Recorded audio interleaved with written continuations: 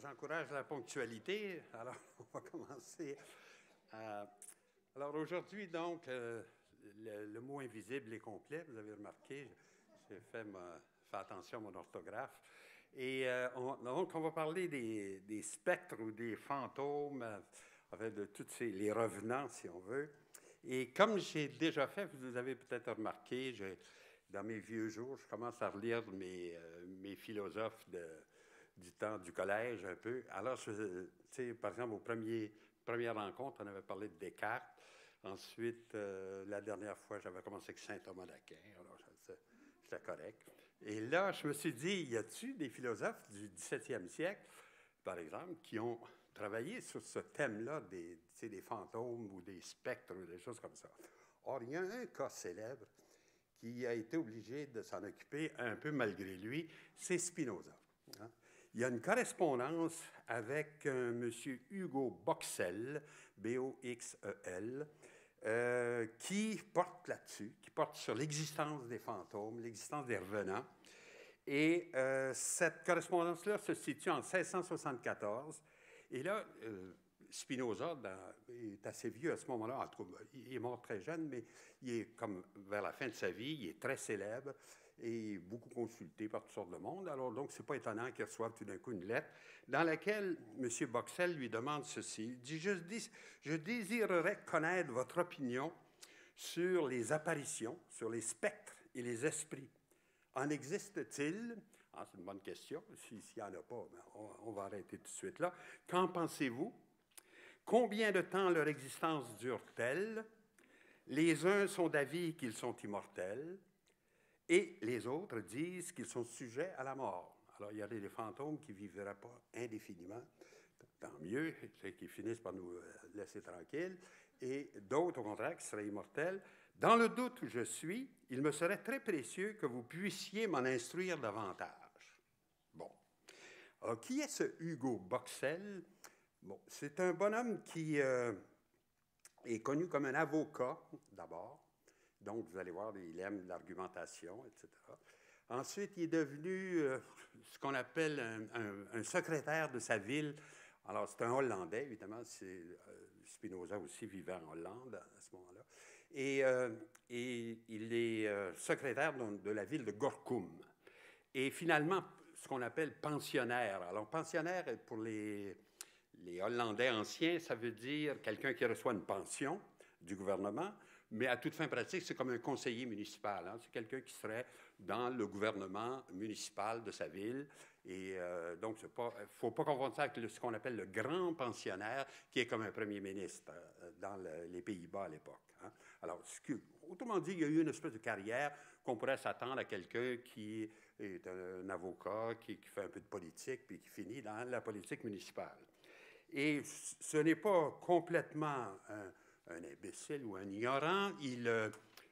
On voit, il a fait des études à Leyde et il y a une espèce de profil plausible là, pour poser des questions comme ça. Puis il a l'air, comme le petit texte que vous avez lu, ça a l'air très naïf et sincère, en voulant dire, je ne sais pas quoi penser de ça, j'aimerais ça que vous m'éclairiez, etc. Hein? Et effectivement, Spinoza se fait prendre par ce ton-là, et il lui répond gentiment, « Votre lettre que j'ai reçue hier m'a fait grand plaisir, etc. » Mais il dit, « Je me demande pourquoi que l'occasion de cette reprise de contact avec moi est les fantômes. » Il dit, « C'est peut-être de mauvais augure, mais il dit, oh, c'est pas grave. » Il dit, « Moi, n'importe quoi, les choses chimériques, etc., m'intéressent parce que c'est de l'ordre de l'imaginaire. Puis moi, je suis un philosophe, puis je m'intéresse au statut des choses, des images, si on veut, dans l'esprit, etc. » Donc, il prend ça un peu à la blague, mais en même temps, il s'étonne que la prise de contact porte sur un sujet pareil. Et là, il reçoit une lettre, au contraire, où on voit la véritable intention de Hugo Boxel, qui est un parfait hypocrite, évidemment. Il veut convaincre Spinoza de l'existence des spectres auxquels il croit complètement, évidemment. Il est convaincu qu'il y en a, et qu'il en a même vu, en plus, en tout cas, il est très, autrement dit, sa façon de procéder est un peu par en dessous, comme ça. Et alors, il répond. Il dit, « Je crois, moi, qu'il y a des spectres. Et voici pour quelles raisons. » Et là, il donne 4 raisons. Tenez-vous bien. 1. parce qu'il importe à la beauté et à la perfection de l'univers qu'il y en ait. Hein? C'est pas évident, ça, mais en tout cas. Autrement dit, c'est un peu comme, il y aurait des hiérarchies, il y aurait des choses matérielles, il y aurait des choses à moitié corps, à moitié âme, puis finalement, on aurait besoin d'un autre degré là au-dessus, qui serait les morts après leur vie, etc. Bon. Deuxièmement, parce qu'il est vraisemblable que le Créateur en a créé, ses esprits lui ressemblent beaucoup plus que les créatures corporelles. Alors là, donc, il dit, nous autres, on vient faire à l'image de Dieu, mais les spectres sont encore plus à l'image de Dieu, puisqu'ils n'ont pas de corps, ils se promènent comme ça, comme des anges, si on veut. Alors, il dit, deuxième raison. Troisième raison, parce que même qu'il y a des corps sans âme, quand on meurt, on a un corps sans âme, de même, il y a des âmes sans corps. Hein? Pourquoi pas? Hein? Et la quatrième raison, alors ça, c'est la plus étonnante, parce que là, il développe davantage. Il dit, enfin, parce que dans les plus hauts sommets de l'atmosphère, alors là, il fait allusion à des espèces de croyances sur la structure du ciel à l'époque. Comment est-ce qu'on imaginait ça? Comme s'il y avait des étages, de plus en plus éloignés de la Terre. La Terre est au centre du monde, évidemment, tout le temps.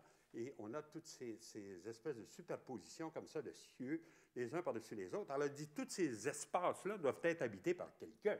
Ça ne peut pas être vide, ça. Alors, il dit, en bas, il y a nous autres. Un petit peu plus haut, il y a peut-être... Puis, il y a des anges qui se promènent aussi tout à fait au sommet. Puis, il dit, entre les deux, il doit y avoir des fantômes. Il doit y avoir de ces gens-là. Et il dit... par conséquent, l'espace incommensurable qui s'étend entre nous et les astres n'est pas vide, hein, mais rempli d'esprits qui l'habitent. Peut-être les plus hauts et les plus éloignés sont-ils des esprits purs, hein, c'est ça, plus on monte, plus ils sont purifiés, tandis que les plus bas, dans l'air inférieur, sont des créatures d'une substance très subtile et très fine, et en outre invisible. Il me semble donc qu'il y a des esprits de tous les genres, mais peut-être qu'il n'y en a aucun du genre féminin. Wow! On l'aura tout entendu. Hein? Alors, il dit, il y a des fantômes tant qu'on veut, mais ils sont tous masculins. Alors là, Spinoza lui répond, là, il se rend compte à qui il a affaire, un petit peu parti. Alors, il répond un peu plus... il dit que vous ne mettiez pas en doute d'une part qu'il y a des esprits du genre masculin, mais que vous doutiez d'autre part qu'il en est de féminin. Cela ressemble à de la fantaisie bien plus qu'à un doute raisonnable. Oui, je comprends. C'est difficile à expliquer comment ça se fait qu'il n'y aurait pas de fantômes féminins, hein, puis qu'il y aurait juste des masculins. Il dit, si telle est votre opinion, ça c'est Spinoza qui parle évidemment, elle s'accorderait beaucoup, ce me semble, avec l'imagination du vulgaire qui a établi que Dieu est du genre masculin, hein, et non du féminin. Il dit, je m'étonne que ceux qui ont aperçu des spectres dans l'état de nudité n'aient pas jeté les yeux sur leur partie génitale. Oui, ça aurait réglé le problème. Il dit, comment ça se fait que personne ne s'est occupé de ça? Alors, il renvoie, il pense que là, le gars va se calmer, puis qu'il ne sera plus... Mais c'est mal connaître notre Hugo Boxel. Il répond tout de suite, oui, il n'y a pas de fantôme féminin. Et la raison, il dit, je dis donc qu'il n'existe, à mon avis, aucun spectre du genre féminin, parce que je nie qu'il puisse engendrer. Vous vous souvenez, quand on a parlé des anges, c'était un problème aussi. Est-ce que les anges peuvent engendrer? Hein? Puis là, il y avait eu toute cette histoire compliquée d'incubes et de succubes, etc., pour essayer d'expliquer comment les démons pouvaient avoir des enfants.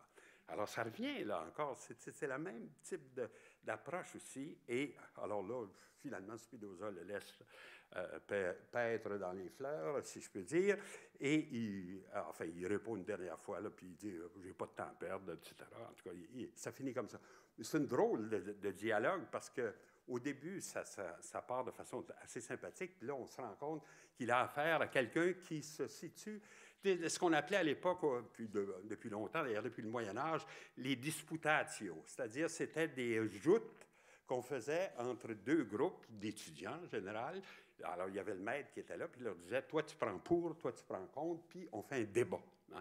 Puis là, vous défendez votre point de vue autant que vous pouvez, des deux côtés. Puis là, c'était une façon d'apprendre à faire des discussions, de la dialectique, etc. Alors, c'est un peu ça qu'il pensait pouvoir faire avec Spinoza, mais ça n'a pas beaucoup marché. Bon, alors, on va les laisser tranquilles. Ça me fait mon petite introduction avec le genre de problème qu'on va agiter. Et alors, je me suis demandé, effectivement, est-ce qu'en art canadien, ça a intéressé les gens, ce sujet-là, hein, puisque c'est ça qu'on est censé faire. Première chose évidente, évidemment, c'est que du côté des Premières Nations, on va trouver des représentations des fantômes. Ça, c'est pas étonnant. Les représentations des esprits, enfin, là, ce que vous avez à gauche, c'est un masque qu'on appelle backwash et qui était porté par le petit personnage que vous voyez à droite. Et lui, il était censé être comme l'esprit des forêts. C'est là qu'il se cache. Et il attire les gens dans la forêt, leur fait manger des nourritures qui ont l'air très bonnes, du saumon, et des baies sauvages, des choses comme ça, mais qui sont empoisonnées.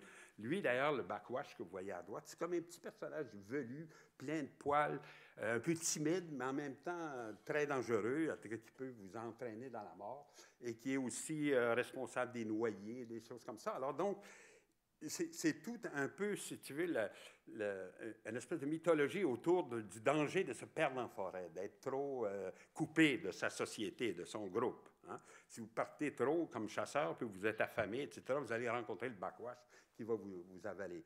Et le masque est toujours un peu de la même façon, c'est-à-dire ils ont des nez crochus qui sont rabattus sur la lèvre supérieure, comme ça. Ils sont très émaciés, ils ont l'air presque squelettiques un peu.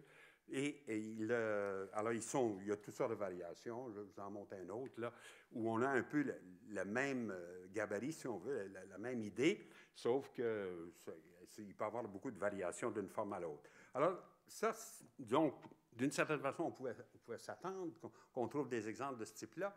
L'autre problème que je me suis demandé, dans les populations non autochtones, c'est-à-dire chez nos gens, est-ce qu'on a eu des intérêts de ce type-là? Et normalement, il devrait y avoir quelque chose parce que, comme les psychologues nous enseignent, l'homme et la femme est essentiellement narcissique.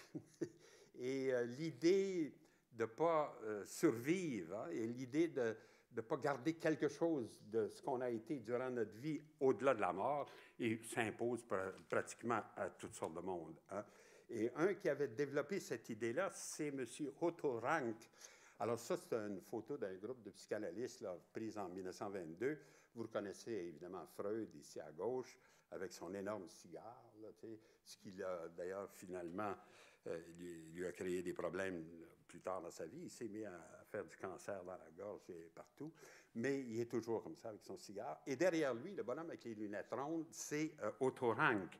Et Rank a fait c'est pas un livre, en fait, c'est une espèce d'article qui s'appelle « Le double ». Et sur cette idée qu'on a dans plusieurs religions et dans plusieurs cultures, que justement, on a une espèce de double qui nous survit, qui est assez semblable à nous, et qui serait comme une âme, si vous voulez, et qui peut éventuellement être vu comme un fantôme, si on veut. Là, je vous le cite, il dit « Il apparaît donc avec évidence que c'est le narcissisme primitif, c'est-à-dire l'espèce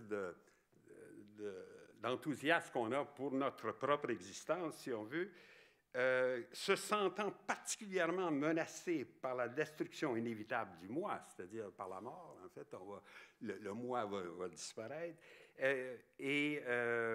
alors se sentant donc menacé par a créé les toutes premières représentations de l'âme, une image aussi exacte possible que du moi corporel. C'est-à-dire, donc, ce qui suggère, c'est que les toutes premières imaginations qu'on a eues sur l'âme, c'était comme des corps, en fait, comme si on se prolongeait avec la forme qu'on avait. Hein. C'est dire un véritable double pour donner ainsi un démenti à la mort par le dédoublement du moi sous forme d'ombre ou de reflet. D'ailleurs, quand on parle des ombres, dans la littérature, on désigne souvent les fantômes comme ça. Hein? Les esprits, c'est des ombres. Alors, c'est ça. C'est comme il y aurait un parallèle tout à fait exact avec ça. Et une chose qu'Otto Rank ajoute ensuite, il dit, dans le mouvement spiritiste, alors ça, vous savez ce que c'est, les spirites, etc., j'en ai pris en flagrant délit ici, en train de faire tourner une table. Mais alors donc, dans ce mouvement-là aussi, vous avez la croyance qu'on peut, comme ça, en se réunissant dans l'ombre, comme ça, faire réapparaître tout d'un coup un disparu, quelqu'un qu'on a aimé et qui pourrait donc nous donner des informations sur ce qui se passe après sa mort, etc. Il y a un groupe d'artistes européens, mais qui vont intéresser beaucoup ici nos artistes d'ici, qui a été intéressé un peu par ces histoires des spirites, et c'est les surréalistes. Et vous savez que l'invention de l'écriture automatique, qui va être tellement importante à la fois pour les poètes surréalistes et aussi pour les peintres, même ici chez nous, on a un groupe de peintres qu'on appelle les automatistes. Alors, l'idée de l'écriture automatique commence chez les spirites. Et de quoi il s'agit chez eux, c'est tout simplement qu'au cours des séances comme ça, à un moment donné, il y en a un qui prend un papier et qui, dans le noir, écrit un message sans voir ce qu'il écrit et qui serait donc envoyé par les esprits. Ce serait donc l'explication qu'on donne. Cette idée-là d'une écriture automatique là, qui se fait à la vitesse presque de la pensée, les surréalistes ont été intéressés par ça, en particulier André Breton, et ils en ont fait une espèce de méthode pour faire de l'écriture automatique. Les toutes premières manifestations de ça sont assez bizarres. C'est une chanoinesse du 18e siècle qui s'appelait Marie-Louise de Monspey, qui disait qu'elle écrivait sous la dictée de son ange gardien. C'est bien commode, vous aviez l'ange gardien. Alors, elle écrivait comme ça, puis elle avait un message tout d'un coup qui venait d'ailleurs, qui n'était pas du tout prévu. Un autre cas dans ce genre-là, juste pour vous donner une idée de ce que c'était, puis pourquoi les surréalistes ont été intéressés par ça, puis ils se sont dit, on peut peut-être transposer ça dans le monde de la poésie plutôt que dans le monde des croyances de ce type-là.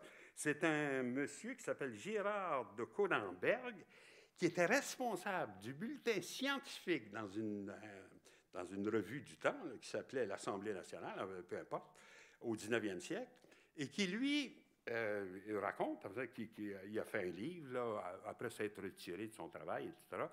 C'est un ingénieur. Alors, après s'être retiré, il s'est intéressé au spiritisme, puis il a fait un livre qui s'appelle « Le monde spirituel », et dans lequel il explique, il dit « D'abord, j'abandonne ma plume à l'impulsion sans la regarder jamais. Mais ce serait là, j'en conviens, une faible garantie de la passivité de ma volonté ou de mes pensées dans l'écriture.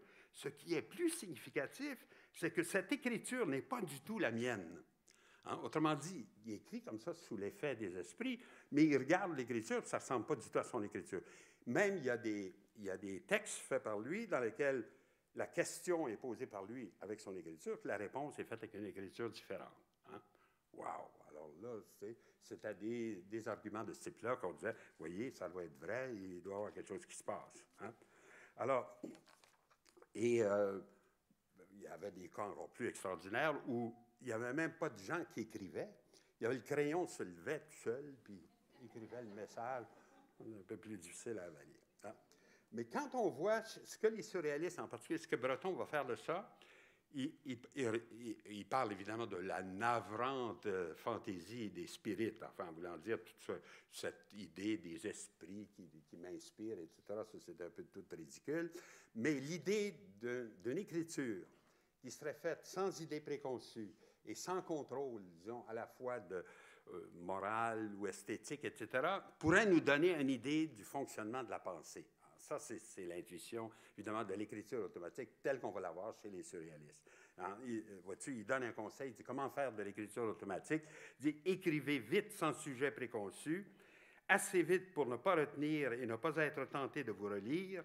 La première phrase viendra toute seule, tant il est vrai qu'à chaque seconde, il est une phrase étrangère à notre pensée consciente qui ne demande qu'à s'extérioriser. J'avais essayé ça une fois, moi, en classe. J'ai dit, on va faire de l'écriture automatique. Alors, je dis, prenez un papier. Là, c'est ça. Écrivez vite, sans idée préconçue, tout ce qui vous vient à l'esprit. On ramasse ça après. Oh, c'était effrayant. C'était plate. C'était, je ne sais pas pourquoi ils nous demandent ça. C'est-tu ridicule? Puis, alors là, on se rend compte qu'il doit y avoir des poètes. Quand tu lis du Breton en écriture automatique, c'est fantastique. Tu sais, au sein de la forêt, les lions étaient frais. Au sein de la forêt en feu, les lions étaient frais. Alors, on a vraiment des poètes. Ces gars-là écrivent l'écriture automatique, il y a du bon sens. Mais mes étudiants, c'était pas formidable. Alors, tu sais, il y a quelque chose d'un peu suspect là-dedans, en tout cas, tout ça. Alors, il y a donc eu une influence là, certaine. En tout cas, je vous dis, la première idée de l'écriture automatique vient des spirites, mais elle a été transformée, évidemment, par les surréalistes, par les intéressés. Il y a eu une deuxième catégorie de gens, de spirites comme ça, qui sont des peintres et des dessinateurs. Alors, au lieu de faire des textes, ils font des tableaux. Et là, je vais vous montrer un cas absolument fantastique. C'est un monsieur Augustin Lesage, encore là, 19e siècle à peu près. Là, il est actif, attends, je peux vous dire, ah non, 20e siècle, 1911 jusqu'à 1954 à peu près. Et c'est un mineur. Alors, c'est un gars qui travaillait dans les mines. Donc, aucune espèce d'éducation artistique pour partir. Et là, vous le voyez dans son atelier avec deux de ses tableaux. Un qui est en train de faire, puis un qui est fini, là, à droite, qui est énorme. Et avec, au premier plan, là, une petite table avec ses pinceaux, toutes ces histoires. C'est donc quelqu'un qui travaillait dans une mine à charbon, d'ailleurs, et qui raconte qu'une fois qu'il était comme ça, dans des boyaux là, en dessous de la terre, en train de creuser, il entend une voix « Un jour, tu seras peintre. » Oups! Alors là, il se calme un peu. Puis là, quelques semaines après, encore la même voix qui lui dit « Un jour, tu seras peintre. » Alors là, il est vraiment effrayé, puis il ne sait pas quoi penser de ça. Et tout d'un coup, en discutant avec des chums, là, les mineurs, ils sortent de la mine, puis ils se rencontrent, puis ils discutent un peu de ce qui s'est passé. Il y en a un qui parle du spiritisme. Lui, il n'avait jamais entendu parler de ça. Il ne savait pas du tout de ce que c'était. Oui, oui, ça se peut que tu as entendu un esprit qui t'a parlé, puis un jour, tu seras peintre, etc. Alors, il s'intrigue un peu là-dessus. Il va à quelques séances spiritistes, et là, il entend encore ces voix pour la première fois qu'ils reviennent. Mais là, il est avec d'autres mondes, alors tout ça. Et il les entend pas directement. Ils lui font écrire un message. Hein. Et là, ce qui écrit, par exemple, « Les voix que tu as entendues sont une réalité. Hein.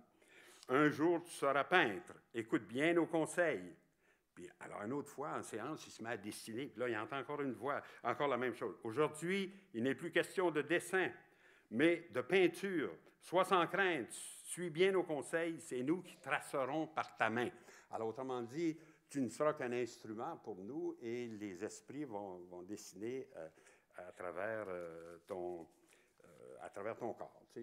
C'est nous qui tracerons par ta main. Hein. Et effectivement, le premier tableau qu'il ait fait est absolument époustouflant. Hein. C'est une toile qui a 3 mètres par 3 mètres. C'est énorme. Hein. Ça veut dire une dizaine de pieds par une dizaine de pieds, si on veut, pour les gens de mon âge, on était encore dans les pieds, les pouces, mais en tout cas, qu'est-ce qu'on en a? Et là, d'une complexité incroyable, il semble qu'il ait commencé dans le coin à droite, en haut, là, où c'est un peu flou, puis tout d'un coup, il s'est repris, puis là, il a fait c'est vraiment des motifs très symétriques, hein, dans lesquels on a l'impression que ça se répète à gauche et à droite. Il y a des parties en blanc parce qu'au début, il voulait couper la toile, tu sais. Là, les esprits lui disent, non, non, non, non, tu ne coupes pas la toile, tu la couvres, don't worry, on va être avec toi, tout va bien se passer. Alors là, mais il avait prévu peut-être de couper la toile à un certain endroit, ce qui expliquerait ces espèces de lignes blanches, ou plutôt ces espaces, là, tu sais, comme ici ou là. Hein? Alors on voit, ça pourrait faire une unité, par exemple, ici, hein? Puis ici aussi. On pourrait imaginer une toile comme ça. Et le bonhomme a produit il commence à travailler à l'âge de 34 ans, il meurt à 78 ans. Il a produit 800 tableaux comme ça, à peu près. Là, il a arrêté de faire de la mine, évidemment. Il n'est plus mineur, là. Il est peintre. Hein. Un jour, tu seras peintre. Hein. Et regardez comment, je vous donne un autre exemple. Vous avez un immense tableau, à peu près grand comme il est là, dans lequel aussi vous avez cette symétrie très, très contrôlée. Là. Tu sais, chaque côté répond à ce qu'on voit à gauche, on le retrouve à droite, etc. Puis on a une espèce d'axe de composition au centre. Là. Enfin, Augustin Lesage, c'est vraiment un cas d'artiste médiumnique, comme on disait, un peu particulier. Alors, chez nous, un parallèle à ça, le seul auquel j'ai pensé, c'est notre fameux Arthur Villeneuve. Vous savez qui c'est, ça? Hein? Il n'était pas mineur, lui, mais il était barbier. Hein? Et il a fait son œuvre la plus extraordinaire, c'est sa maison. Hein? Il a fait des tableaux aussi, beaucoup, mais il s'est mis dans l'idée de peindre tous les murs extérieurs et intérieurs de sa maison. Alors, par exemple, ce que vous voyez à gauche, là, c'est un mur, là, on voit un peu les planches, là, c'est un des murs de sa maison. La maison, vous la voyez à droite, qui est en train de rentrer où elle est maintenant, C'est dans ce qu'on appelle la pulperie à Chicoutimi. C'est un ancien bâtiment et qui est transformé en musée maintenant. Mais ils ont été obligés, pour rentrer la maison là-dedans, ils ont été obligés de démolir le mur, comme vous voyez. Là, ça ne rentrait pas, c'était un peu gros. Ben, moi, j'avais visité la maison de Villeneuve sur la rue Taché. C'est là qu'elle était primitivement. Puis là, ça s'appelait Musée de l'artiste. On payait 25 cents, puis on rentrait. Et on avait le commentaire de Mme Villeneuve. Parce que M. Villeneuve est un petit bonhomme. C'est un barbier tranquille, gentil. Un barbier d'hôpital, d'ailleurs. C'est un peu spécial, ça. Ils ne font pas juste la barbe, les autres. Hein. Bon, en tout cas, je ne veux pas donner trop de détails. Mais en tout cas, c'est un barbier qui travaillait dans les hôpitaux. Et là, mais Mme Villeneuve, ça, c'était une pièce de femme. Puis c'est elle qui donnait les commentaires. Et ici, vous voyez l'église du Sacré-Cœur avec la grosse statue devant, puis etc.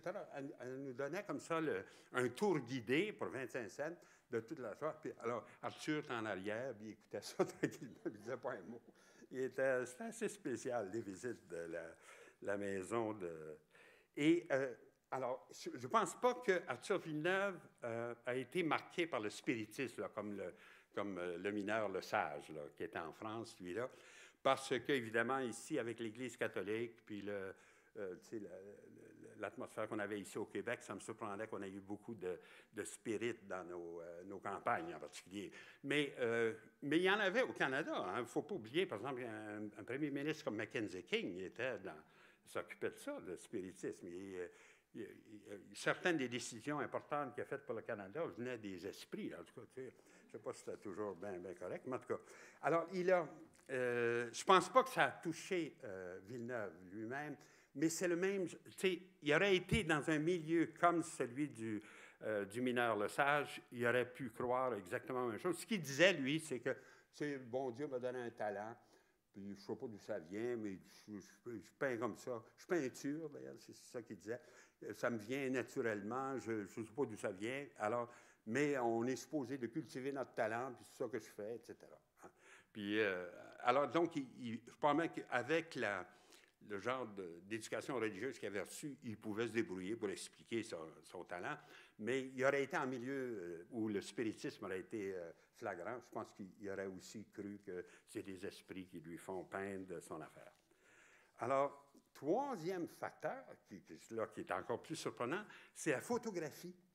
Il y a à un moment donné, si vous y pensez, l'invention de la photographie est un peu contemporaine de la montée du spiritisme. Les deux choses vont ensemble. Et là, les photos, si on peut photographier un fantôme, là, c'est formidable, parce que pour les médiums, ça serait la preuve de leur existence. Hein. La photographie est un moyen d'art particulièrement réaliste. Hein. Ça, on dit, on prend une photo, la chose était là, on l'a vue. Hein. Alors, et là, il y a une circonstance en particulier qui, aux États-Unis, va expliquer cette apparition de la photographie spirit, c'est la guerre civile. Hein. Alors, beaucoup de gens meurent, beaucoup de gens à cause de la guerre, et là, beaucoup de gens manquent leurs parents, ou on est préoccupé par les disparus. Et là, tout d'un coup, arrivent ces médiums, puis les spirites qui leur disent, écoutez, on peut vous aider un peu. On a des contacts, nous autres, avec l'au-delà. Venez vous asseoir dans nos histoires, ça coûte tant, puis etc. Et on va vous faire apparaître votre père ou votre oncle ou votre frère qui est mort sur le champ de bataille pendant la guerre civile aux États-Unis. Hein? Vous voyez un peu Alors, il y a trois facteurs qui semblent jouer à peu près ensemble. La vogue du spiritisme qui est un peu provoquée par le fait de la guerre puis le nombre des morts. Puis aussi, tout d'un coup, l'apparition de la photographie à peu près au même temps, en 1850, c'est au milieu du 19e siècle. Et là, il est arrivé qu'un... Ah oui, ça, j'avais oublié ça. Ça, c'était une autre chambre de la maison de Villeneuve où, tu vois, le lavabo n'a pas été touché. Et ça, je me rappelle, Mme Villeneuve m'avait dit, elle dit, Arthur, tu peux faire n'importe quoi dans la maison, mais tu ne touches pas à mon poêle et à mon frigidaire. Hein? Alors là, et puis ni au lavabo. Alors, il a fait tout le reste, sauf le lavabo. Non, mais je reviens à mes photos spirites, cette fois-ci. Alors, le premier gars qui, semble-t-il, aux États-Unis, a réussi à faire une photo dans laquelle on voit un fantôme, c'est ce bonhomme-là. Il s'appelle Mumler. Et c'était un graveur qui travaillait pour une bijouterie, si on veut, au départ. Et il s'est intéressé à la photographie un peu, là, quand ça commençait. Il a vu comment est-ce qu'on développe des photos. Et à un moment donné, il a pris une photo de lui-même, puis en la développant, il a vu qu'à côté de lui, sur la photo, il y avait comme une femme qui apparaissait. Alors, là, au début, il a dit, oh, ça doit être une vieille photo que j'ai réutilisée. Il essaie d'expliquer ça rationnellement. Mais le malheur, c'est qu'il montre ça à deux amis qui sont des spirites, en fait, qui sont des médiums, puis tout ça. Eux autres, ils disent, ah, fantastique, tu viens de photographier pour la première fois un esprit. Hein? Alors là, Mumler commence à se demander, c'est peut-être vrai après tout.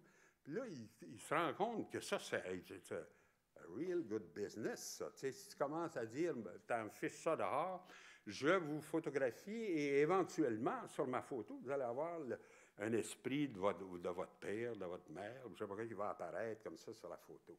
Hein. Et là, les photos qui coûtaient 25 sous deviennent 10 $ la photo. Quand il y a le fantôme dessus, là, ça coûte un peu plus cher, ça. Alors là, il se met à faire de l'argent avec ça. Alors, je vous montre deux exemples de ces photos. Alors ça, c'est une photo qui ressemble un peu à ce qu'il a décrit, là. C'est-à-dire qu'il se photograpierait lui-même et tout d'un coup, il apparaîtrait une espèce de jeune fille en blanc à côté, là, comme ça, qui serait... alors, c'est pas la photo, c'est pas sa photo à lui, c'est la photo d'un autre monsieur, mais c'est ce genre de photo qui vend très cher, là, tu sais, que les gens venaient, puis il leur promettait pas d'ailleurs que ça marche tout le temps. Alors, là, il fallait revenir. Puis chaque fois, évidemment, il faut un petit peu payer, vous comprenez, montant. Alors là, tout d'un coup, il y avait enfin la fameuse photo qu'il avait besoin. Puis là, il a fait une photo aussi absolument extraordinaire. Ça, c'est Madame Lincoln, hein, Mrs. Todd, qui est là. Puis derrière, ce qu'on voit, c'est Lincoln qui apparaît, puis qui est en train d'y toucher les épaules, comme ça, gentiment. Tu sais, il est dans la photo, comme ça. Seulement, à un moment donné, il a fait une sottise. Il a photographié quelqu'un et est apparu dans la photo un ami de ce gars-là qui a photographié, qui était vivant. Hein? Alors là, il a été dénoncé tout de suite, je comprends, comme un faussaire ou je ne sais pas quoi.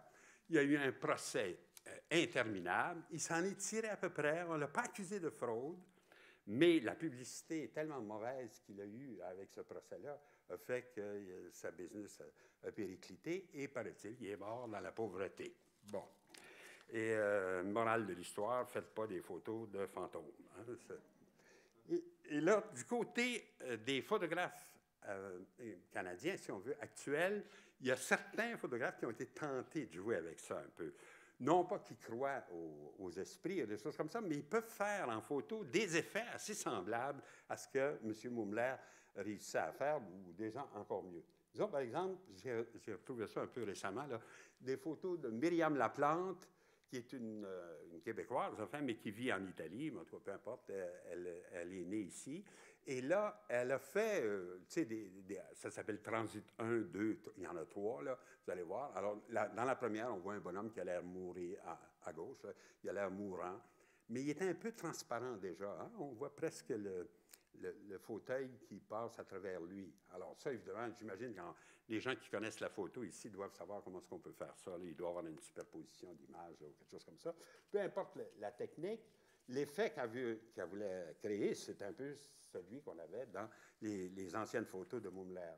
À droite, alors, le bonhomme qui a l'air mourant ici, tout d'un coup, il est debout, là.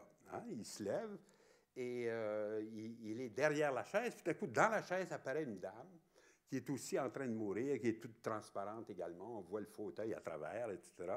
Puis, il y a aussi un autre personnage qui apparaît à droite, là, tout d'un coup. C'est comme si... Alors, transit, ce qu'elle veut dire, je pense, c'est le passage de la mort à la vie. Hein?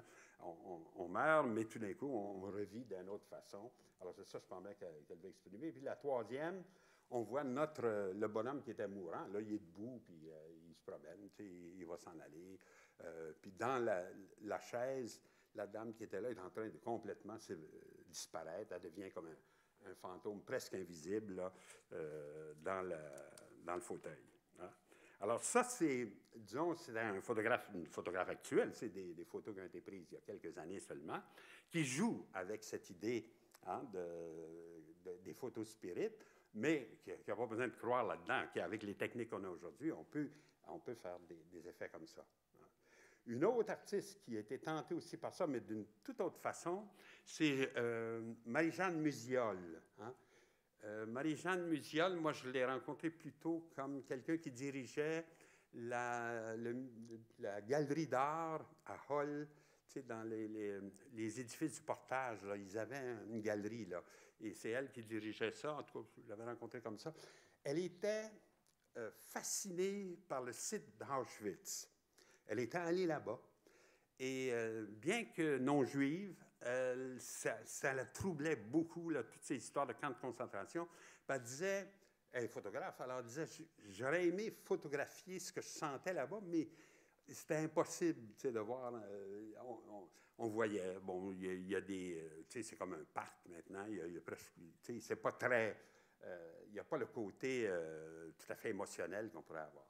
Et là, elle découvre une technique de photographie qui s'appelle des photos inventées par un Russe là, qui s'appelle Kirian et qui consiste à innerver, par exemple, avec un courant électrique, une feuille, une plante ou n'importe quoi, et de mettre ça sur la plaque photographique directement. Puis là, vous obtenez tout d'un coup une aura lumineuse autour de l'objet que vous photographiez. Et alors là, pour Musiol, c'était ça qu'elle cherchait à faire. Tu sais. Si on avait pu révéler comme ça l'aura des personnages qui sont enterrés à Auschwitz, etc., tu sais, ça aurait pu être une chose extraordinaire. Alors, elle le fait avec des feuilles, puis justement, elle dit fraîchement coupée, d'une feuille de noisetier fraîchement coupée, parce qu'apparemment, l'aura diminue avec le temps. Tu sais. Au début, il est très vif, puis plus vous attendez, évidemment, plus là, on pourrait dire que la réaction de cet tissu vivant enfin, ne réagit plus autant avec le temps et finalement, vous n'arrivez plus à faire des effets comme ça. Hein. Elle a fait toute une série de photos qui sont admirables, qui sont très, très surprenantes et qui seraient comme, si on veut, une espèce d'aura qu'on aurait révélée comme ça par la photographie. Hein. Donc, encore là, on est dans le même monde, mais avec des techniques actuelles, avec des artistes aussi d'aujourd'hui. Hein. Et le troisième cas que je voulais vous montrer, c'est celui le plus bizarre, c'est M. Holson. Daniel Holson, c'est lui, ça. C'est un artiste de Toronto et il a fait une vidéo, et là, je vous montre juste une image du vidéo, dans laquelle il se présente comme ça, comme un fantôme. Seulement, il n'est pas bien épeurant. Hein? Il est en pyjama, il n'y a pas de souliers, il est en pied de bas, comme on dit, il fait un grand sourire, mais il est transparent. Par contre, on voit le meuble à travers lui, etc. Et il a appelé ça Pepper's Ghost. Ghost, vous savez ce que c'est en anglais, c'est fantôme. Pepper, c'est un bonhomme qui a inventé une technique pour faire apparaître des images comme ça, en particulier au théâtre. Et vous vous souvenez que dans Hamlet, par exemple, il y a une fameuse scène dans laquelle Hamlet essaie de tuer le fantôme qui apparaît. Alors, comment faire ça sur la scène? Alors, la technique de Pepper, c'était ceci, c'est qu'on pouvait, avec un plan incliné, que vous voyez là, à gauche, en tout cas au centre, là, si on veut, un verre avec un plan incliné, on pouvait faire un reflet d'un personnage habillé là, comme un fantôme en bas, là, qui était là, avec une grosse lumière. Et il apparaissait comme ça, mais pour les spectateurs qui voyaient à travers le verre, si on veut, ils avaient l'impression qu'il y avait un fantôme sur la scène, puis lui arrive avec son épée, puis il passe à travers, puis le fantôme continue à survivre. Alors, tu sais, ça devait être des effets assez extraordinaires. Et c'est la technique qu'a employée, évidemment, Olson pour faire son propre fantôme, si on veut. Olson est d'ailleurs très, très, j'allais dire, obsédé par le fait que la vie est courte. Hein, par exemple, il a fait une vidéo dans laquelle ça commence « Daniel Olson, 1955 », puis là, il y a un tiret. Puis là, le reste du vidéo est vide. Alors, c'est lui. Il est né en 1955, puis on ne sait pas quand est-ce qu'il va mourir. Alors, dans son œuvre, il y a beaucoup de cas comme ça dans lesquels il joue avec l'idée de la mort et avec l'idée d'après la mort.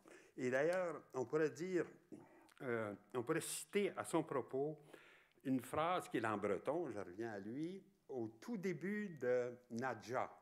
Hein, vous savez ce que c'est? Nadja, c'est une histoire incroyable que Breton raconte d'une espèce de fille là, qu'il rencontre dans la rue, qui a des pouvoirs comme ça, de médium, qui lui prédisent, par exemple, que la fenêtre que vous voyez là va s'allumer tout d'un coup, puis ça arrive, etc. En tout cas, Breton est très enthousiaste de Nadja. Mais il commence son livre avec ceci. Il dit « Qui suis-je? Si par exception, je m'en rapportais à l'adage. » Alors, l'adage, c'est « Dis-moi qui tu hantes, je te dirai qui tu es. » Vous avez dû entendre ça, c'est une espèce de proverbe qu'on dit souvent. Il dit « En effet, pourquoi tout ne reviendrait-il pas à savoir qui je hante? » Je dois avouer que ce dernier mot m'égare, tendant à établir entre certains êtres et moi des rapports plus singuliers, moins évitables, plus troublants que je pensais. Il dit beaucoup plus qu'il ne veut dire. Il me fait jouer de mon vivant le rôle d'un fantôme. Évidemment, il fait allusion à ce qu'il a fallu que je cessasse d'être pour être ce que je suis. Hein? Il fait allusion à ce que j'ai dû cesser d'être pour être ce que je suis. Hein? Dis-moi qui tu hantes, je te dirai qui tu es. Hein? Alors ça s'applique parfaitement à Olson. Je ne sais pas s'il lit Breton, mais il serait reconnu certainement dans cette histoire-là. J'en arrive, alors je veux conclure avec des peintres. J'ai parlé de l'écriture automatique, j'ai parlé des dessins automatiques, si on veut aussi, et finalement, donc des photographes, enfin inspirés par le spiritisme.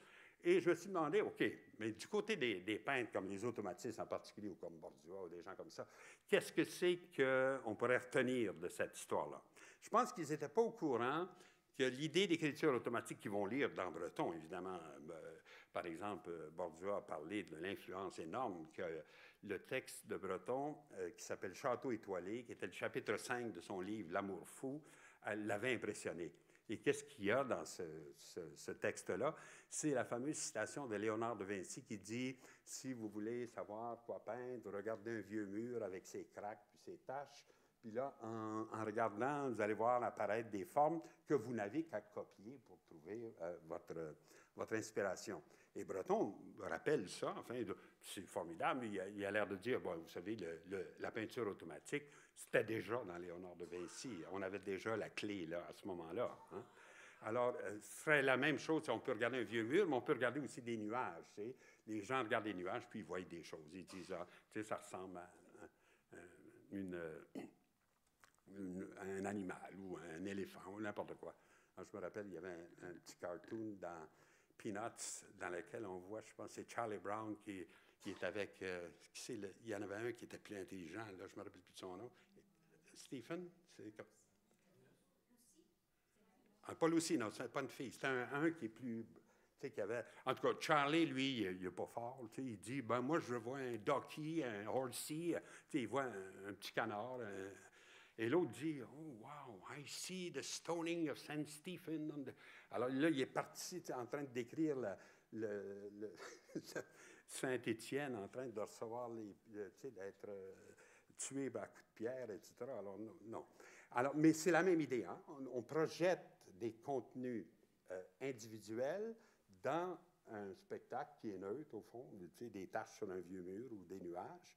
Et ça fait à la fois, on a un point de vue subjectif, chacun voit d'autres choses, puis en même temps, il y a quelque chose d'objectif, c'est l'écran sur lequel on projette ces contenus-là. Hein. Et d'ailleurs, c'est ça que dit Breton dans son texte, il dit « ça résout le problème de l'opposition entre le sujet et l'objet d'une façon absolument extraordinaire. Hein, puisqu'à la fois, chacun apporte son contenu subjectif quand il regarde un vieux mur, mais en même temps, tout le monde voit le même vieux mur, puis voit d'autres choses. Hein. Alors, ces idées-là, je ne pense pas que Bordua, en particulier, avait aucune idée de l'origine spirite de ce type de raisonnement-là, de réflexion. Mais il a été certainement impressionné par l'idée d'écriture automatique, et ce qu'il veut faire, c'est un équivalent de ça en peinture. Hein. Et il a fait une interview à l'époque où il peignait ces gouaches-là, en 1942, avec Maurice Gagnon, qui se trouve être mon père. Alors, il a eu la bonne idée de prendre en note l'espèce d'interview qu'il a fait avec. Et Bordua explique comment il a fait les gouaches. Tu sais, ça vient de se passer, etc. Alors, il dit, je n'ai aucune idée préconçue. Alors, vous voyez, ça, c'est très typique de l'approche à la fois des surréalistes et des spirites, si on veut. C'est-à-dire, on part avec aucune idée, on ne sait pas ce qui va arriver. On est dicté par autre chose. Hein? Je pars sans aucune idée préconçue, placé devant la feuille blanche, où il parle de feuille blanche parce qu'il pense à ses gouaches, hein, plutôt qu'à une toile, si on veut. Avec un esprit libre de toute idée littéraire, j'obéis à la première impulsion. Si j'ai l'idée d'appliquer mon fusain au centre de la feuille ou sur l'un des côtés, je l'applique sans discuter, et ainsi de suite. Et effectivement, je ne sais pas si on arrive à le voir, là, ici, par exemple, on voit un peu un trait de fusain, là, il y en a un autre là. Tu sais, on voit, autrement dit, avant de faire la couleur, il fait le dessin. Hein? Pour les gouaches, c'est comme ça que c'est fait en 2 étapes. Mais au départ, il dit, je fais une ligne, n'importe laquelle, qui me vient à l'esprit, sans idée préconçue. Je traverse l'espace qui est là, une ligne au centre ou sur le côté ou n'importe quoi. Et là, cette division de la feuille, parce que là, en faisant une ligne, il fait une division dans la feuille, déclenche tout un processus de pensée qui sont exécutés toujours automatiquement. J'ai prononcé le mot « pensée », c'est-à-dire pensée de peintre, pensée de mouvement, de rythme, de volume, de lumière, et non pas des idées littéraires, philosophiques, sociales ou autres, ou encore celles-ci ne sont utilisables dans le tableau que si elles sont transposées plastiquement. Alors ça, c'est intéressant parce que là, ça, c'est une chose qu'on n'attendrait pas du surréalisme. Hein? Quand Breton dit vous travaillez comme ça spontanément, sans idée préconçue, et surtout sans vous relire et sans faire attention à des hésitations de type moral ou de type esthétique, etc. Là, au contraire, on voit chez Bordua, il y a une autre influence qui joue là. Il faut que les pensées du peintre soient des pensées plastiques, c'est-à-dire des pensées de volume, de mouvement, etc. C'est qu'il ne faut pas oublier que Bordua n'est pas simplement un disciple de Breton, il est aussi un disciple de Cézanne, puis de toute la tradition moderne qu'il a connue en France. Hein, quand il est en France en 1929-31, c'est ça, il est élève de Maurice Denis, des gens comme ça. Alors donc, pour lui, il faut faire une espèce de synthèse entre cette idée disons, de forme qui vient spontanément, sans idée préconçue, mais en même temps qui est construite, qui est bien organisée. Hein? Et effectivement, les gouaches de Bordua, si on veut les voir comme des œuvres surréalistes, c'est difficile à comparer. Tu sais, bon, pensez à Dali ou à Delvaux, ça n'a rien à voir. Magritte, ça n'a rien à voir. Non. Un peu plus peut-être Masson, un peu plus proche. Tu sais. Miro peut-être, mais pas beaucoup, pas de façon évidente. Hein? Alors, c'est que ça, c'est que tout d'un coup, dans le processus, chez Bordua intervient cette idée aussi de construction, d'organisation. Autrement dit, la première ligne est spontanée, la deuxième l'est un peu moins, la troisième l'est encore moins, parce que plus il va, plus l'image se construit. À la fin, il peut bien dire, le titre n'est jamais donné au départ. Hein, il ne s'est pas dit, je vais faire une machine à coudre. Là. C'est à la fin, la forme qui se dégage lui fait penser à une machine à coudre. Bah, tu sais, c'est des machines un peu anciennes. Là. Ma mère avait ça, une Singer, avec la petite palette, là, on entendait ça. Et alors là, tu sais, ça pourrait être, l'aiguille pourrait être ici, il y aurait une petite manivelle là, puis vous avez le corps de l'objet, là, puis on mettait un petit peu, avec bonne volonté, là, on peut arriver à voir. C'est pour ça qu'il l'a appelé comme ça. Alors, un coup, l'œuvre finie, il peut y donner un titre. Alors, en général, c'est pour ça qu'ils ont des titres numériques, numéro 1, 2, 3, 4. Ça, c'est la façon dont ils ont été exposés à l'Ermitage, quand ils ont été présentés pour la première fois. Et alors, numéro 1, numéro 2, numéro 3, tout simplement. Ou, des fois, avec des titres littéraires, comme La machine à coudre, des fois, des titres donnés, d'ailleurs, par les collectionneurs eux-mêmes. Hein. À un moment donné, tu comprends, tu achètes numéro 24, tu arrives à la maison, puis ta femme te dit, qu'est-ce que tu as acheté? Le numéro 24. Tu aurais pu acheter d'autres choses. C'est pas... Alors, ben oui, mais ça s'appelle aussi Chanteclair. Ah, bon, c'est correct. On va mettre ça sur le mur, puis on va oublier le numéro 24. Mais c'est ça. Après coup, il y a eu des titres littéraires, mais pas pour toutes les gouaches. Il y en a quelques-unes qui sont restées juste avec leur titre numérique, parce qu'il y avait une prétention, évidemment, de faire de l'art abstrait aussi, hein, de faire de l'art qui serait non figuratif, tout à fait. Et troisième remarque, après, je continue l'interview, il dit « Le dessin étant terminé dans son ensemble, la même démarche est suivie pour la couleur.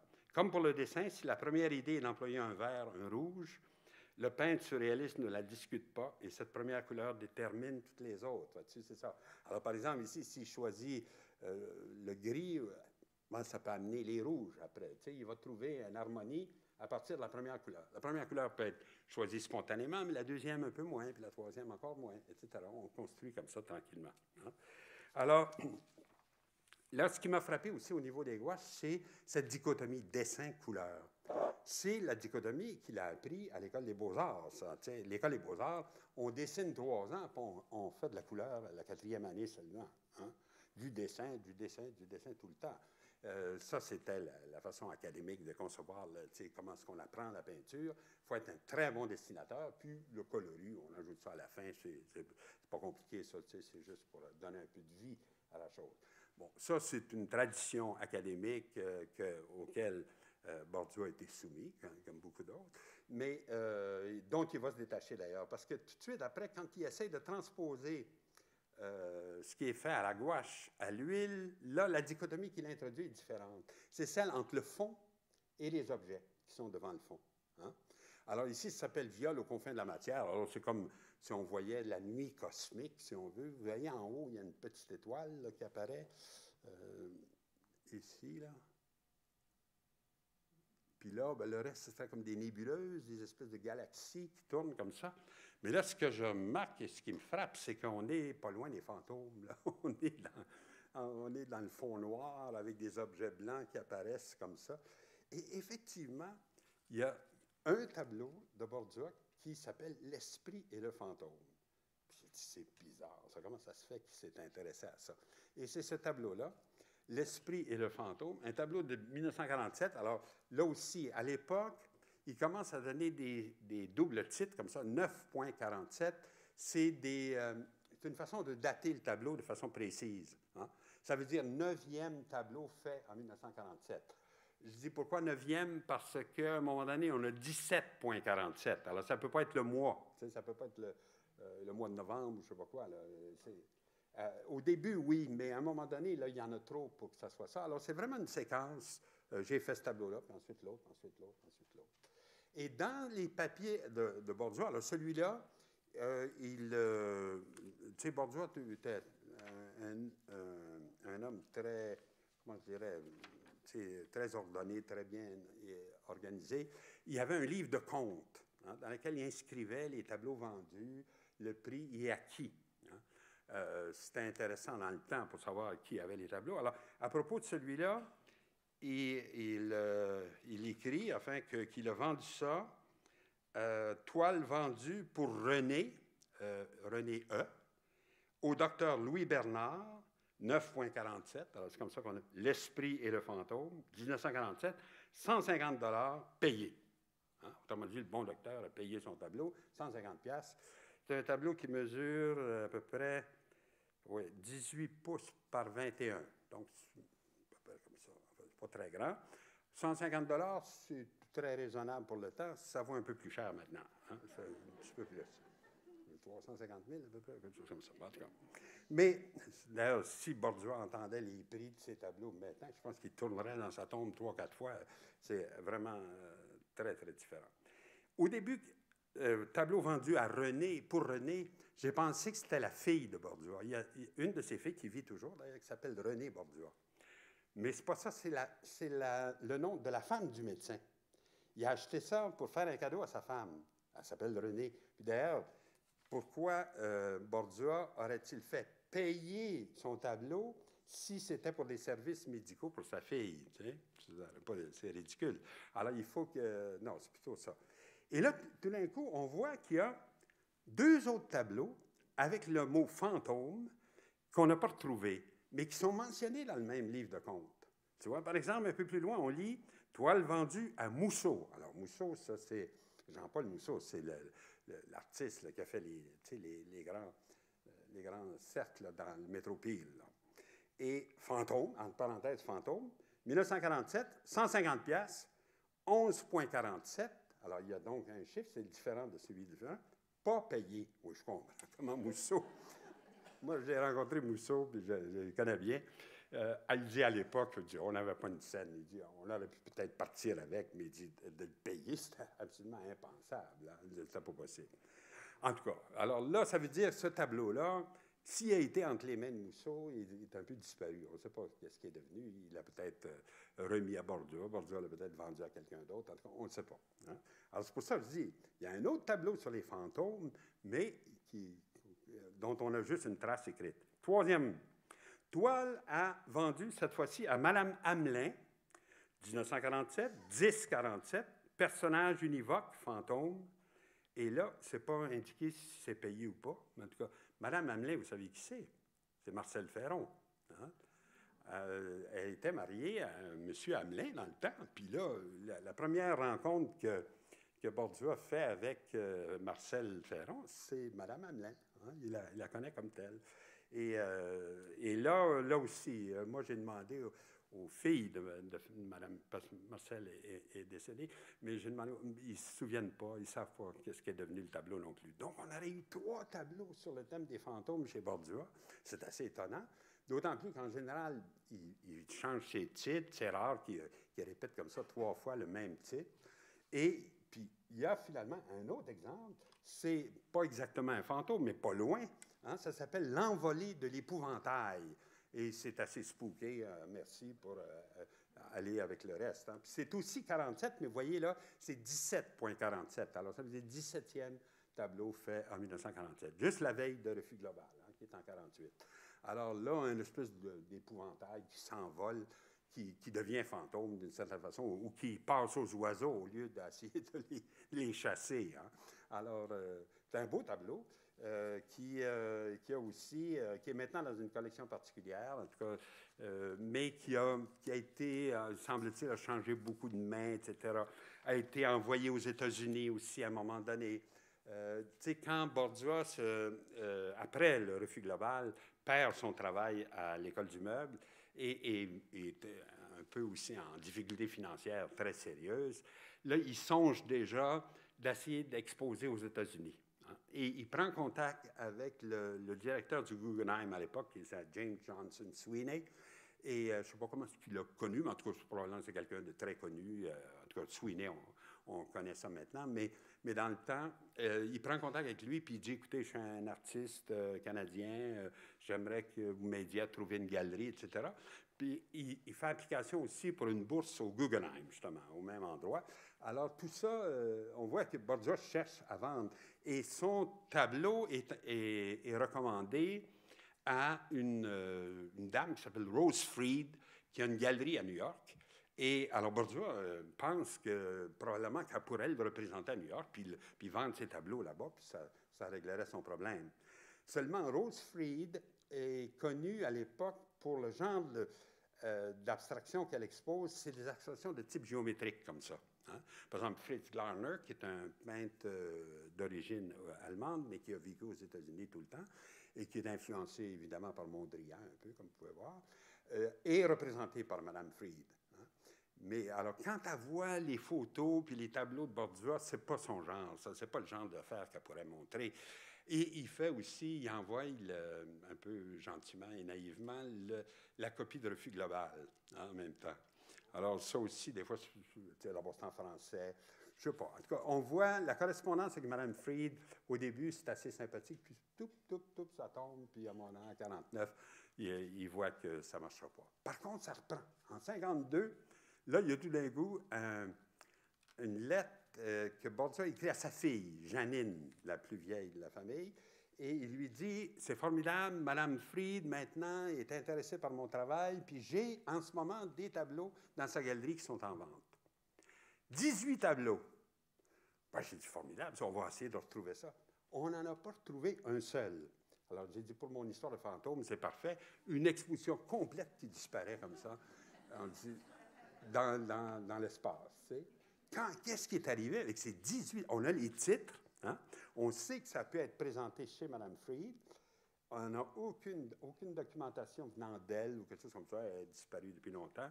Et là, qu'est-ce qui est arrivé avec ces tableaux-là? Et tout récemment, alors je dis, ah oui, l'autre chose aussi, c'est des tableaux de 1952, cette fois-là. Hein? juste à la veille du départ de Bordua pour New York, là, là, il a pris contact avec elle. Probablement qu'entre-temps, elle s'est ouverte à d'autres formes d'abstraction, en particulier aux États-Unis. Là, il y a toutes sortes de peintres abstraits là, qui ne sont pas du tout dans l'esprit de Glarner. On pense à Pollock ou à Klein ou des gens comme ça. Alors probablement qu'elle s'est ouverte à une autre forme d'abstraction, et là, elle était prête à exposer les choses de Bordua, et il envoie donc toute une série d'œuvres, puis là, on ne sait plus qu'est-ce qui sont arrivés, sauf, comme je vous dis, deux qui réapparaissent récemment, des œuvres de 1952, et je vous les montre juste pour finir mon histoire, qui sont assez remarquables, parce que c'est comme les dernières œuvres de Bordua avant le contact avec New York. Hein? Quand il va arriver à New York, là, les choses vont se changer pas mal, mais déjà, on voit qu'il a fragmenté beaucoup. Vous vous rappelez dans ce que je vous présentais juste avant avec l'envolée de l'épouvantail, on voyait un personnage, plus ou moins, hein? Un objet qui se détache du fond. Là c'est plus aussi net. Bon, si on veut, s'il continuait en périphérie ce qu'il a fait au centre, là, on aurait un tableau presque comme les Américains faisaient à l'époque. Hein? Et l'autre petit tableau qui a été retrouvé récemment, c'est celui. Il est tout petit, par contre. Là j'ai joué un tour en le présentant comme ça, à cette dimension-là. Mais c'est un petit tableau comme ça qui s'appelle « La nuit se précise ». Alors là aussi, c'est un beau thème. 1952 également, qui est réapparu chez un collectionneur qui a vendu ça chez Eiffel l'an dernier. Hein? Alors, donc, peut-être que les 18 tableaux ne sont pas complètement perdus, qu'on va les retrouver un par un, comme ça, dans les collections. Probablement que c'est là qu'ils sont dans les collections privées. Peut-être aux États-Unis aussi, quelques-uns ont pu se vendre là. Alors, donc, la recherche est encore ouverte sur ce genre de tableau-là. Hein? Alors, vous voyez, pour Bordua, finalement, ce n'est pas un thème important dans son œuvre, les fantômes, mais je trouvais ça étonnant qu'il y a au moins un exemple ou deux. Et je vais finir avec un autre artiste qui, à mon sens, lui, au contraire, est allé assez directement au sujet, c'est Urtubise. Hein? Urtubise, puis je vais me concentrer juste sur une période des années 80, parce qu'en 1980, sa vie tourne à la tragédie, en fait. Ce qui arrive, c'est que sa fille unique sort de la maison et se fait frapper par une auto et est tuée sur les lieux. Il vit à ce moment-là à Terrebonne. Et c'est la fille unique d'Urtubise. Il n'y avait pas d'autres enfants. Elle était d'ailleurs, je pense qu'elle avait 18 ans, quelque chose comme ça. Et alors, c'est une tragédie épouvantable, tu comprends? C'est leur seule fille, Monique et Jacques Urtubise. Sous le choc, décident de partir de cet endroit-là. Tu sais, il y a deux réactions. Il y a ceux qui veulent rester à l'endroit où on a perdu quelqu'un, puis qui veulent se souvenir que de ça. Puis d'autres, au contraire, qui ne veulent plus rien savoir. Alors, Terrebonne devient la chose qu'il faut quitter. Et avant de partir, Urtubise fait un énorme tableau qui s'appelle Nathalie. Nathalie, c'est le nom de sa fille. Hein? Elle fait en 1980, l'année de sa mort. Et alors, c'est un tableau fait par section. Hein? Je pense qu'on le voit assez. Là. Il y a une ligne médiane, puis il y a deux sections qui s'en vont comme ça, noir et blanc. Hein? De grandes dimensions aussi, 8 mètres de long à peu près, puis 3 mètres de haut. Alors, tu sais, c'est un énorme tableau. Et il fait ça là, sur le coup de la nouvelle qu'il vient d'avoir. C'est un peu un développement du style qu'il avait à l'époque, mais quand même, là, vous savez que Urtubise avait l'habitude de donner des noms de femmes un peu démodés à ses tableaux. Hein? Émérancienne, Fanette, il donnait des noms comme ça. Là, cette fois-ci, ce n'est pas un nom ridicule, c'est le nom de sa fille. Et après, il ne fait plus ça. Il ne donne plus des noms de ce type-là à ses tableaux. On sent que ça a été vraiment un choc. Et là, ils partent. Monique et Jacques s'en vont. Ils achètent un Winnebago, c'est l'espèce de petit camion là, dans lequel on peut vivre. Là. Ils s'installent un petit atelier là-dedans. Puis là, ils partent jusque dans l'ouest du Canada, à Vancouver. Ils font l'ouest des États-Unis. Ils descendent jusqu'au Mexique. Pendant 2 ans de temps, comme ça, ils voyagent avec leur petit truc, là, en faisant des tableaux minuscules, parce qu'il n'y a pas d'espace pour les faire, et dans lequel on retrouve un peu aussi cette idée de symétrie comme ça. Je vous en donne un exemple. Là. C'est toute une série qui a appelé les ptérodactyles. Bon, il fait une petite faute d'orthographe parce que normalement on dit ptérodactyle parce que ça vient du grec dactylos, qui veut dire un doigt. Hein? Et vous savez ce que c'est? C'est des espèces d'oiseaux préhistoriques, là, un peu épeurants. Alors, ce sont des oiseaux de malheur par excellence, en tout cas. Et là, ça, il faut faire attention, c'est pas grand. Hein? C'est fait, donc, sur son petit camion, là, quand il se promène. Là, et là, c'est fait aussi en pliant. On fait un dessin à gauche, mettons, vous pliez votre feuille, puis vous obtenez, comme dans une décalcomanie un peu, vous obtenez une image symétrique. Hein? Et ça fait penser aussi, tout le monde a fait la remarque, avec les fameuses tâches du test de Rorschach. Je ne sais pas si vous avez vu ça peut-être. Là. C'est des quand vous allez chez le psychologue, là, puis qui vous sort les tests de Rorschach, là, vous en avez 10 comme ça. Alors, c'est fait de la même façon. C'est des taches d'encre sur une page qu'on a repliée. Puis là, il vous fait dire à quoi ça vous fait penser. Alors, les papillons, il y en a toute une gang, évidemment. Et un visage. En tout cas, à peu près tout. On dit tout ça. Puis là, maintenant, il revient après, puis il vous dit, ici, dans cette tâche-là, qu'est-ce qui vous a attiré? C'est-tu la couleur? C'est-tu la forme, etc.? Puis là, il paraît qu'il peut déduire plus de choses sur votre personnalité au second interview. Hein? Comme s'il y avait une différence entre ce qui serait conscient, si on veut, puis tout d'un coup, ce qui serait moins conscient, puis là, on arriverait donc à définir la personnalité. Ça n'a pas beaucoup de rapport avec ce que Urtubise fait, je pense. Ce qui est aux prises, en fait, c'est il y a peu d'espace. Il essaye un système un peu de décalcomanie pour essayer de retrouver ces formes symétriques qui l'ont intéressé. Hein? On retrouve donc encore de la symétrie, là, comme dans mon mineur Le Sage. Là. On a une espèce d'obsession avec ces genres de formes-là. Et il appelle ça des ptérodactyles parce que c'est ça, c'est cet animal-là qu'on a. Vous avez une reconstitution, là, qui sont les oiseaux de malheur, les plus laids qu'on peut imaginer, évidemment. Alors, là, vous en avez un en fossile, ici à gauche, puis là, c'est dans un livre de Gould là, que j'avais à la maison, j'ai retrouvé, en fait, des essais un peu exagérés, là, d'essayer de retrouver un peu ces formes-là. Hein. Mais une possibilité plus directe pour ce type d'image-là, c'est ce qu'on appelait la décalcomanie. Hein. Vous savez ce que c'est? J'avais un exemple de ça dans l'œuvre de Riopelle récemment, en fait, que je ne connaissais pas, là, puis que j'ai vu très récemment. Alors, il appelle ça vers sombreuse, mais c'est fait comme ça aussi. C'est que vous avez une moitié qui est repliée sur l'autre, puis vous obtenez tout d'un coup une espèce de visage un peu mystérieux. Hein. Alors ça, cette tradition-là de la décalcomanie, ça, vous avez, ça remonte aussi à loin, puis aussi au surréaliste, en fait. Hein. Le premier qui a fait ça, c'est Oscar Dominguez, qui était un immigré à Paris, là, puis qui s'est amusé avec ça, qui consiste justement à faire des taches sur un papier, le replier, et là, vous ne voyez pas ce qui va se passer, évidemment, puis quand c'est replié, vous voyez juste le verso de la feuille. En l'ouvrant, vous avez une surprise. Alors, pour Riopelle, ça, c'était fantastique. Il a refait ça.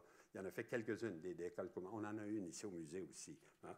Alors, et là, je penserais, c'est plutôt à cette tradition-là que se rattache Urtubise, hein, plutôt qu'aux tâches de Rorschach, si on veut. Plus tard, ils font... puis là, il développe cette chose-là. Il fait des tableaux beaucoup plus grands quand il revient... finalement, ils s'installent, non pas à Terrebonne, ils ne reviennent pas à Terrebonne, ils vont s'installer au Cap-Breton, à Margaret Hill, et qui est un endroit là, très, très beau, très sympathique, mais dans lequel ils vivent depuis plusieurs années. Là. Urtubise est là depuis longtemps, de façon un peu isolée. La première exposition d'Urtubise faite en Nouvelle-Écosse, ça a été fait l'an dernier. Hein? Comme il était là depuis 30 ans, personne ne s'était aperçu de sa présence. Ils ont fait une très belle exposition, il faut dire, puis un beau catalogue, mais c'est en 2011 qu'on a pensé en Nouvelle-Écosse qu'on avait sur place un artiste important. Hein? Alors là, quand il s'installe au Cap-Breton, là, les tableaux deviennent plus grands, plus ambitieux, etc. Et là, vous en avez. C'est toujours fait un peu de la même façon. Moi, je lui avais demandé, je lui ai dit, comment tu procèdes? Ben, il dit, c'est ça. Il dit, j'ai des pots de moutarde, là, tu sais, des espèces de distributeurs de moutarde avec de la couleur. Puis là, je fais ça sur le côté d'une toile, je la replie. Puis là, en la rouvrant, je vois que le même motif, par exemple, tu sais, suivez les taches rouges, par exemple, vous allez les retrouver des deux côtés, le noir, etc.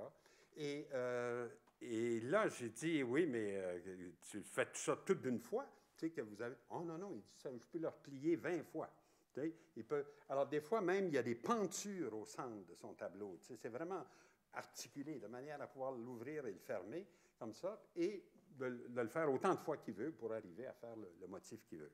Hein, avec cette espèce de peinture épaisse là, qui est très bonne pour ça, parce que d'une certaine... Tu sais, si c'était trop mince ou trop peint avec des pinceaux, on aurait beaucoup moins de l'autre côté. Et là, il y en a autant des deux côtés, puis donc, on a une image assez forte de cette façon-là. Il repart ensuite en voyage encore. En 86, ils repartent, puis là, beaucoup plus loin, ils vont en Chine avec une agence de voyage qui s'appelle l'Aventure et qui sont apparemment assez peu confortables. Ils vous amènent vraiment dans des endroits impossibles. Ils ont fait beaucoup de voyages en train, etc.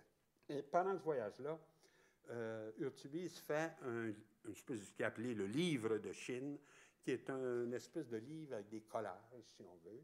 Des petites, il dit qu'il ramassait dans les gares des espèces de petits pamphlets, des motifs chinois, etc., qu'il découpait, il collait. C'est comme un collage.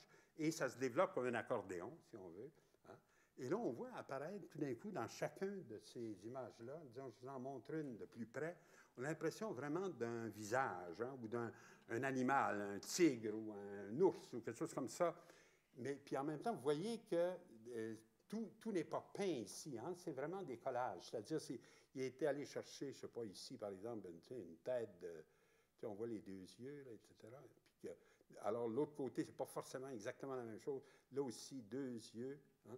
Alors, donc, en accumulant comme ça, il commence à apprivoiser un thème qui va être très important 2-3 ans après. C'est ce thème du visage un peu effrayant là, qui apparaît tout d'un coup avec son procédé de repliage et de décalcomanie. Hein. Et effectivement, ce qui suit ensuite, c'est une série de 8 tableaux qui ont été faits pour en tout cas, le premier projet, c'était des cartons de vitraux qui auraient été faits pour la compagnie Lavalin. Mais Lavalin, à cette époque-là, en 86, sont dans des difficultés financières. Apparemment, ils aiment ça. Là. Il y en a encore un petit peu là, récemment. Mais à l'époque, ils ont fait des mauvaises affaires avec, je pense, des histoires d'avions qu'ils ont voulu construire, puis ils n'étaient pas équipés pour ça. En tout cas, je ne sais pas trop. Mais là, Lavalin est en difficulté financière, et donc le projet de faire des vitraux à partir de ces cartons, si on veut, que Urtubise avait préparés, n'a pas abouti. Hein? D'ailleurs, je ne sais pas ce que ça allait donner en vitrail. Ça aurait été spécialement effrayant de se promener là-dedans avec ces figures qui apparaissent tout d'un coup. Hein. Alors, regardez, ils appellent ça mort aux dents. Et effectivement, si vous regardez au centre, ça fait un peu penser à une tête de cheval et qui se développe à gauche et à droite. On ne voit pas, les yeux sont peut-être sur le côté, c'est difficile un peu à lire, mais là aussi, c'est fait comme je vous racontais, là, c'est-à-dire il plie sa toile au centre, etc. Et même des fois, il y a des sections, je ne sais pas si on arrive à les voir là où vous êtes, là. Celle-là est faite en 3 sections. Il y a une barre là, ici et là. Puis là, cette section-là répète celle-là, puis entre les deux, il y a un pliage pour faire cette forme-là. Alors, c'est des grands tableaux qui ne sont pas faits sur toile, ils sont faits sur du... vous savez, ce papier goudronné qu'on utilise pour les toits. Hein?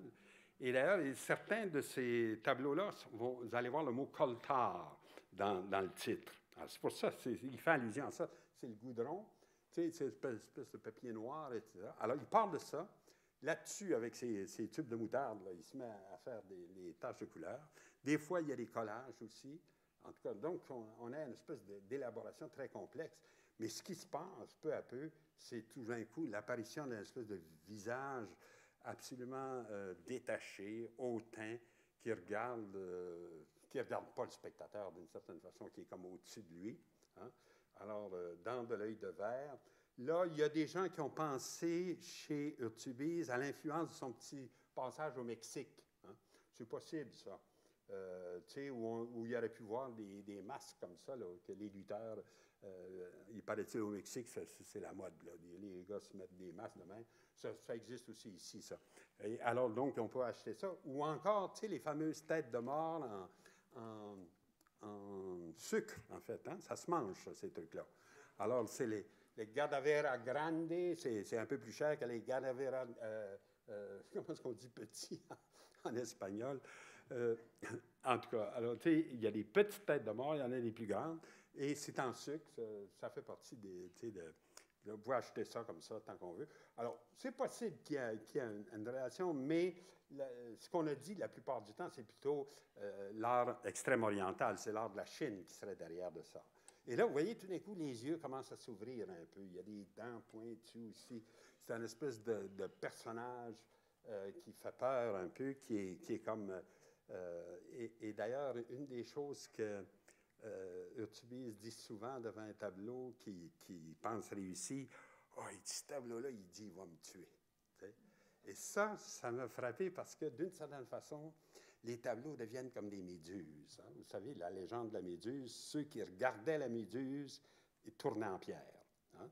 Alors, c'est pour ça que, d'ailleurs, comment est-ce qu'on a tué la méduse, c'est que c'était le fameux héros qui est venu avec son bouclier et qui était comme en argent, comme ça. Et la méduse s'est vue elle-même, et donc elle s'est tuée, elle s'est pétrifiée. Hein. Alors, dans le reflet du bouclier. Bon.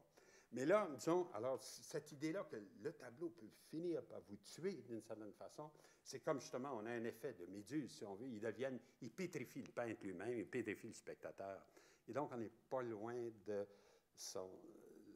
de cette idée de la mort, là, qui a dû tellement le toucher là, en 80, quand il a perdu sa fille. Hein. On dirait que c'est ça qui revient finalement.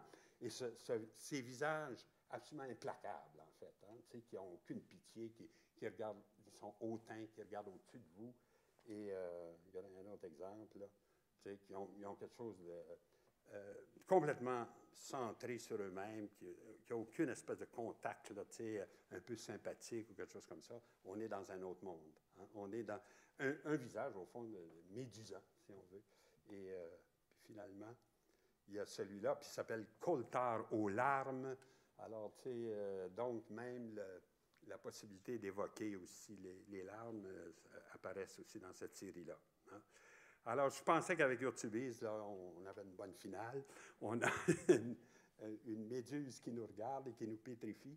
Alors, je vous prie de vous sauver au plus vite avant de tourner en pierre. Alors, on va finir avec ça aujourd'hui.